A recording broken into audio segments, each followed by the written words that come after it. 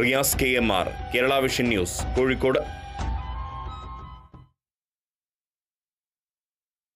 ബലിപെരുന്നാൾ ആശംസകൾ നേർന്ന് മുഖ്യമന്ത്രി പിണറായി വിജയൻ.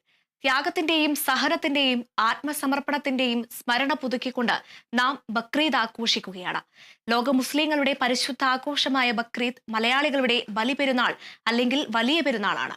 ലോകമെമ്പാടുമുള്ള എല്ലാ മലയാളികൾക്കും പരസ്പര സ്നേഹത്തിന്റെയും സന്തോഷത്തിന്റെയും വലിയ പെരുന്നാൾ ആശംസകൾ നേരുകയാണെന്നും മുഖ്യമന്ത്രി പറഞ്ഞു.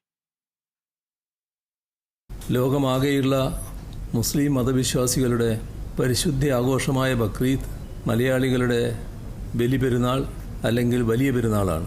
വിശുദ്ധ ഹജ്ജ് കർമ്മത്തിൻ്റെ പരിസമാപ്തിയായ ബക്രീദ് മനുഷ്യത്വത്തിൻ്റെ ഏറ്റവും ഉദാത്തമായ ആവിഷ്കാരം ത്യാഗമാണെന്ന് ഓർമ്മിപ്പിക്കുന്നതിനും കൂടിയാണ്.